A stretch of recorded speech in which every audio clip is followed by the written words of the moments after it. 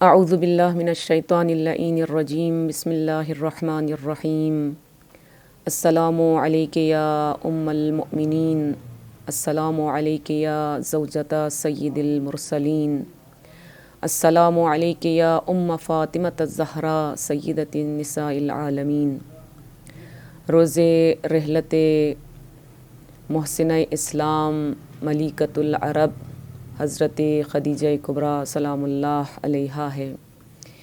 یہ وہ بیوی ہیں جن کی شان میں تمام ائمہ نے، بالخصوص نبی مکرم اسلام نے جن کی شان میں بہت سی احادیث ارشاد فرمائی ہیں۔ ان احادیث میں سے ایک حدیث جس میں معصوم فرماتے ہیں جناب خدیجۃ الکبریٰ کے بارے میں کہ بی بی کون ہے؟ کانت من احسن النساء جمالا واکملہن عقلا واتمہن رأیا۔ یہ وہ بیوی ہیں جو حسن و جمال کے اعتبار سے، عقل کے اعتبار سے، رأی کے اعتبار سے کامل ترین جو خاتون ہیں، جو بیوی ہیں، وہ جناب خدیجۃ الکبریٰ ہیں۔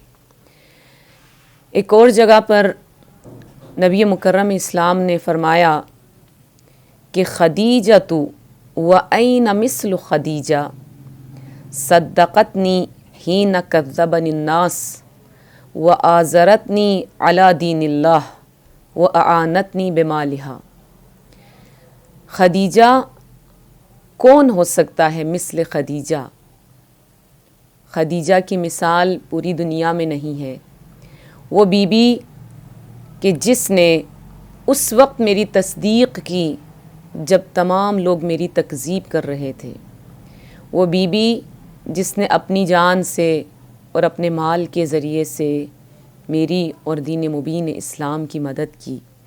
وہ خدیجہ، اینا مثل خدیجہ، کون ہے جو مثل خدیجہ ہو سکتا ہے؟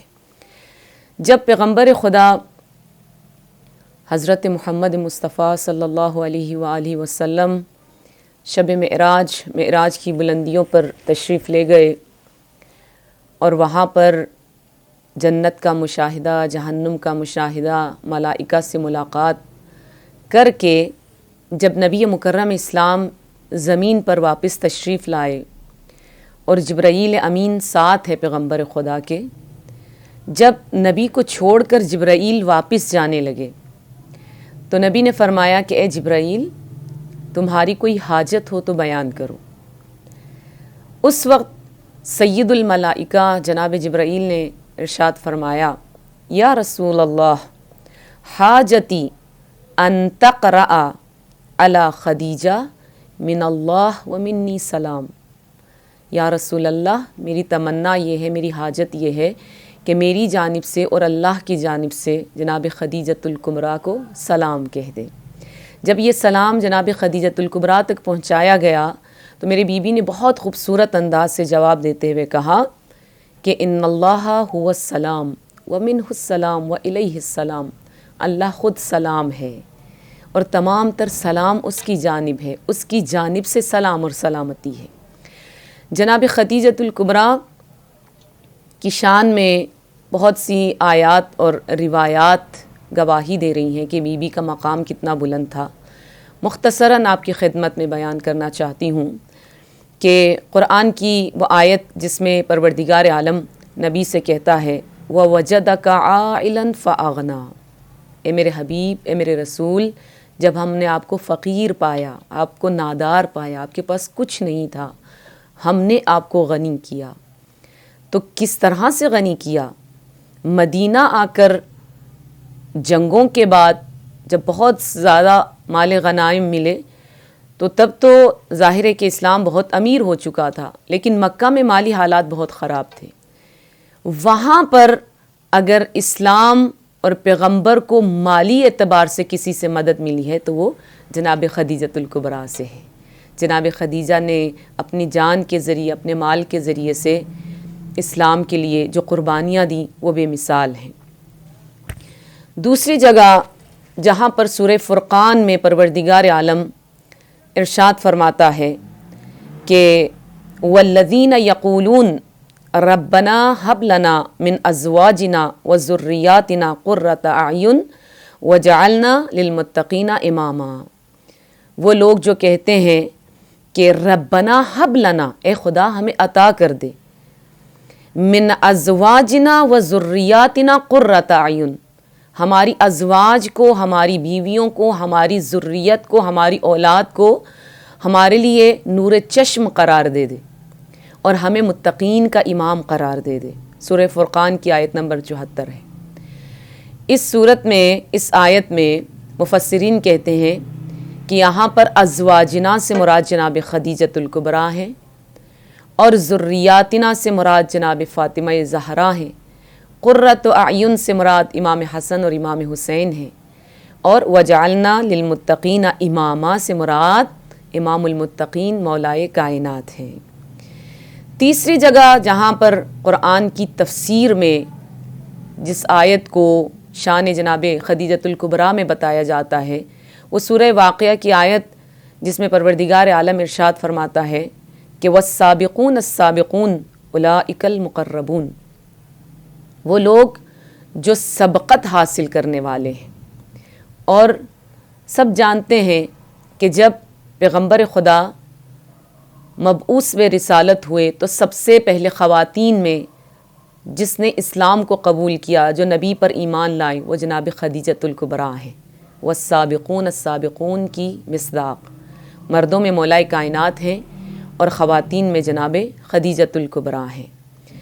اور خود قرآن میں ایک اور جگہ پر پروردگار عالم ارشاد فرماتا ہے کہ کیا وہ افراد جو فتح مکہ سے پہلے جنہوں نے اللہ کی راہ میں انفاق کیا اور جنہوں نے اللہ کی راہ میں جہاد کیا، کیا وہ ان لوگوں کے برابر ہو سکتے ہیں جنہوں نے فتح مکہ کے بعد، جب اسلام سٹرونگ ہو چکا تھا، جب دین مبین اسلام بہت سی جگہوں تک پھیل چکا تھا، بہت سے ممالک تک پہنچ چکا تھا، بہت سے لوگ دائرہ اسلام میں داخل ہو چکے تھے، وہ افراد جنہوں نے فتح مکہ سے پہلے اسلام قبول کیا اور سختیاں برداشت کیں، کیا وہ لوگ ان کے برابر ہو سکتے ہیں جنہوں نے فتح مکہ کے بعد اسلام قبول کیا؟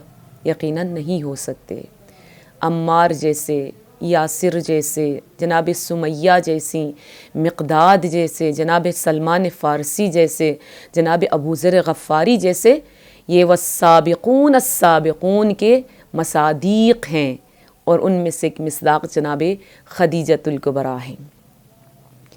اور چوتھی جگہ جہاں پر جناب خدیجۃ الکبریٰ کی شان کو بیان کیا جاتا ہے کہ جب نبی غار حرا میں عبادت کر رہے تھے اور جبرائیل امین تشریف لائے اور کہا اقرا، پڑھو، اور باقاعدہ پیغمبر خدا مبعوث برسالت ہوئے، تو جب پیغمبر غار حرا سے نیچے تشریف لا رہے تھے، تاریخ کے الفاظ ہیں کہ ایک ایک ذرہ کائنات کا، ہر شے، یعنی رستے میں جتنے بھی پتھر آ رہے تھے، جتنے بھی موجودات، جاندار غیر جاندار، سب نبی مکرم اسلام کو سجدہ کر رہے تھے۔